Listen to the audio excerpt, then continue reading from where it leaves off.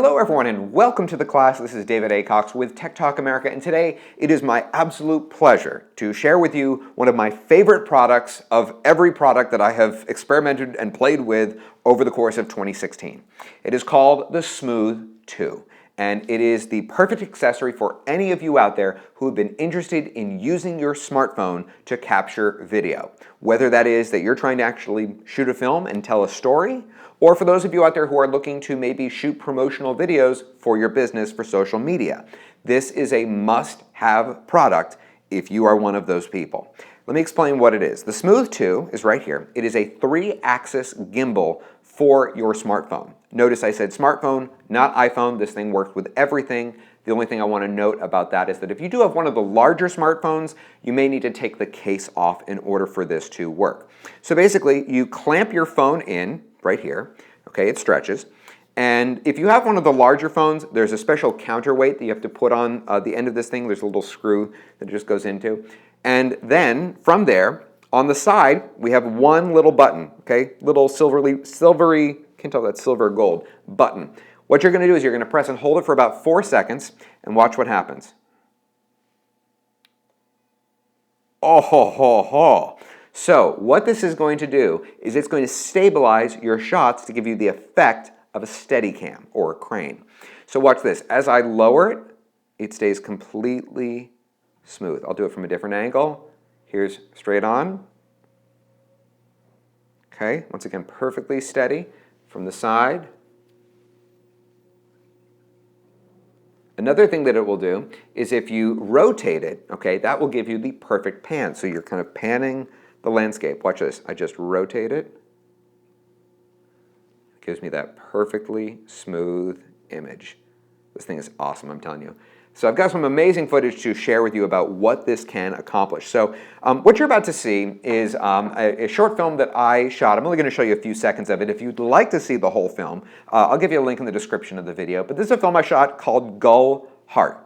And basically the way we shot this is we were driving through the dunes of Provincetown, which is where I live, and I was with one of the dune tour companies, Arts Dune Tours, free promo, and I was standing on the seat, leaning out the window, holding on to the little handhold thingy, and I had this thing out the window, and I'm just stretching my body out, and when you see the footage, what you'll notice is it actually resembles a drone.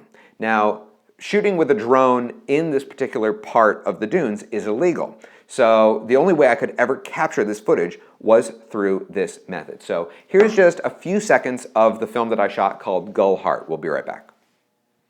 Life contrived to keep me down, piled trouble after pain, one tiny irritating grain of sand each day, until there was a dune built up between my life and my dreams. Years wore me down with no reprieve. So there's a couple of other things I'd like to show you here as well. So one of the things I want to at least mention is that this right here, this is a joystick, and you can use this joystick for a few different things. Let me turn it back on real quick. The first thing I want to mention is that when you first turn it on, it goes into a standard mode. Okay, there's different shooting modes that you can enter. When you buy it, it comes with directions about how to switch between different shooting modes. For my use, I exclusively use the one that it comes with. So I never ever use any of these features, but I want to at least make reference to it. So what I use is with this joystick, you can, if I push it up, watch what happens to the camera. Okay, so see how it's tilting up?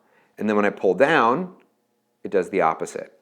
Another feature I want to mention is that if you do it just a little bit, it will still do it, but it'll do it slower. Okay, and that's an important feature because a lot of the competitor products here, and I've actually tried about 3 or 4 of the competitors to this product, I found that a lot of them, when they go to do the tilting, it's way too fast. It doesn't work for the audience, and there's no way to control the speed. This one is pressure sensitive, so I'd make sure that you consider that if you're going to go with this kind of a thing.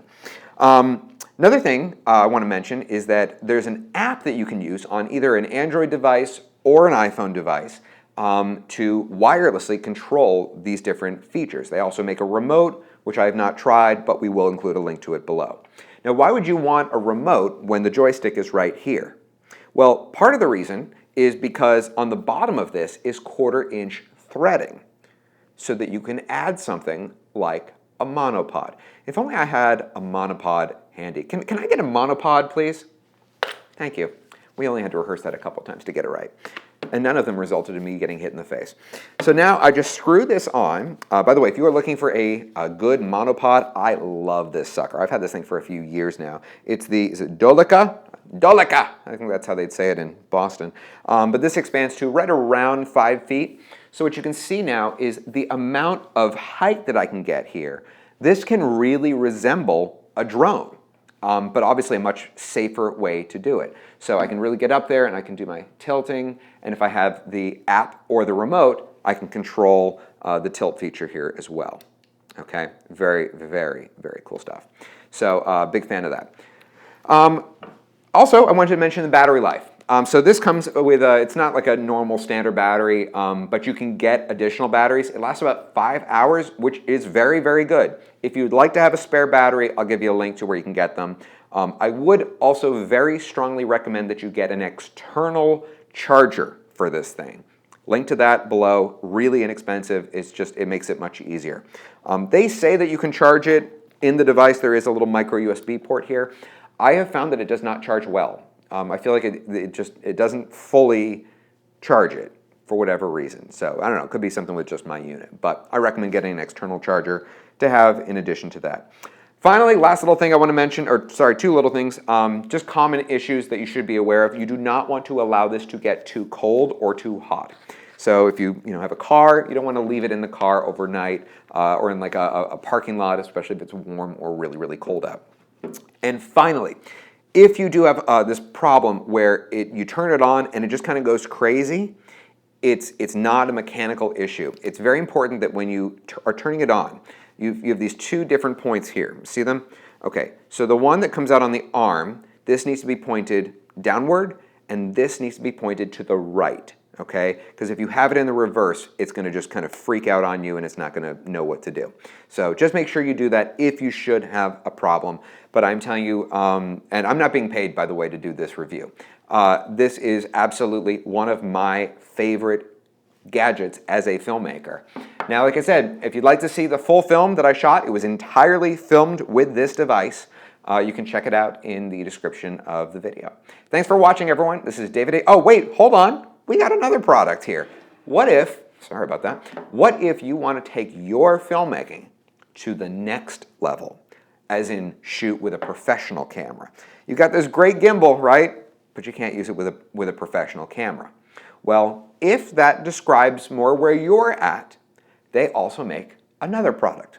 This is the Zhiyun Crane.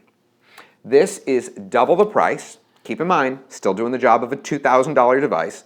Okay, and this works with a DSLR camera, and it'll work with pretty much any DSLR out there. The key thing is that if you decide you want to get this, you need to double check the weight of your camera, I almost said phone, before you go buying this thing. If you're looking for a new DSLR, I'll give you a couple recommendations in the description of the video. I would normally kind of recommend a DSLR based on the project, but these are kind of generically good cameras that will work very well with this. But this is the Zhiyun Crane, same exact concept. Been very, very happy with it, and what I do love about this is this comes with a really nice professional traveling case. So if you are going to go on the road filming, it's a lot easier to lug this thing around rather than having this be in your bag. Oh, one other thing about that. Should you ever take either of these and put them in a bag, I would make a very strong recommendation that you take the battery out, because one of the easy ways that you can accidentally damage it is if in your bag that little button gets pressed and it turns on and it can't move, you're going to burn out the motor. So anyways, I hope you'll check those out. Those are the Zhiyun Crane and the Zhiyun Smooth 2. Links to everything down below. I hope you enjoy them. Leave us your comments below. Subscribe to our YouTube channel, please, if you will. And we'll see you next time. David A. Cox here with Tech Talk America. Class dismissed.